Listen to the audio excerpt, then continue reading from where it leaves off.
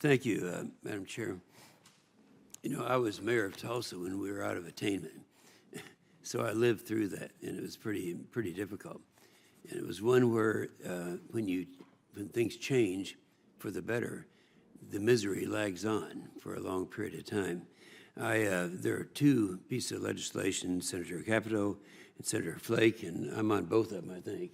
And both of them have one thing in common, that is the 10-year cycle as opposed to the 5-year cycle. So, Mr. Cabrera, let's talk a little bit about if you think that's a good idea.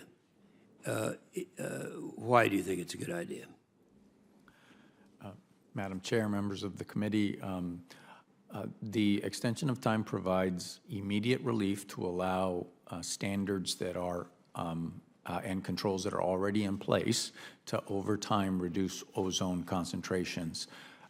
Having said that, extension of time will not help Yuma County because they're not creating the pollution. Mm-hmm. Well, let's find somebody it would affect then. How about you, Mr. Hakimi?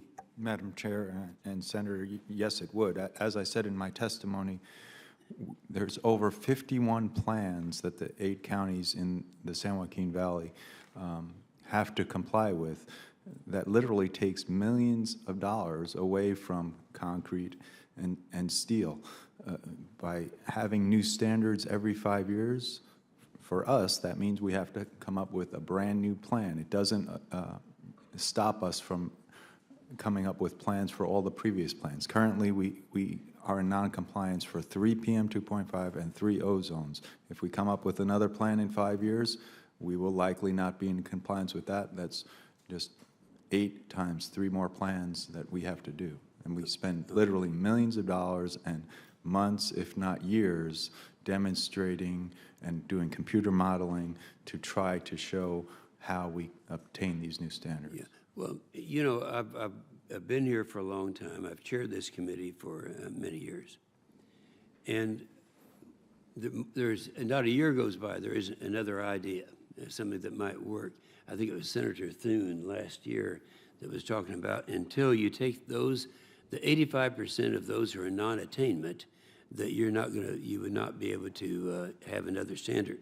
And I don't know what happened to that, except it never did pass out of committee. The EPA didn't issue guidance to the states for the 2008 ozone standard until 7 years later. And I'd kind of like to know what kind of challenges does that make for you in terms of not having the guidance until 7 years after a standard is adopted. Any comments about that? Mr. Zeringue? Or anybody? Yep. I think that the delay in the implementation guidelines certainly put us at a disadvantage. And then, you know, the proposed 2015 regulations and that lapse in time put undue burden and ambiguity and a certain level of risk on potential investment in our region. So as a result, it cost us significant jobs and investment. Yeah, I would think it'd be very difficult. I don't know how you do it without guidance, and I can't think of any justification for not doing the guidance right after that. And Mr. Zeringue, you'd be the one I'd ask the question to, because the EPA has come out and said that they indicated that counties in non-attainment will grow substantially under the 2015 ozone standard. And EPA modeling projects those counties would be in non-attainment only for a short period of time. Now, even if it's for a short period of time, isn't that still a problem? And doesn't the problem linger on after that period of time? I think the onset of those being in non-attainment presents a risk to companies that would look elsewhere for investment.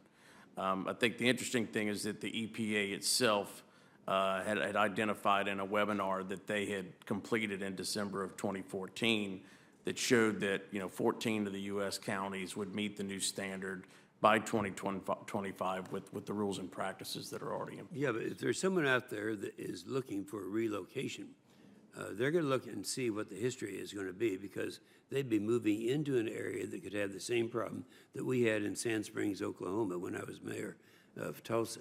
And it's one that the problems don't go away with it. Correct. Yeah. Thank you, Madam Chairman.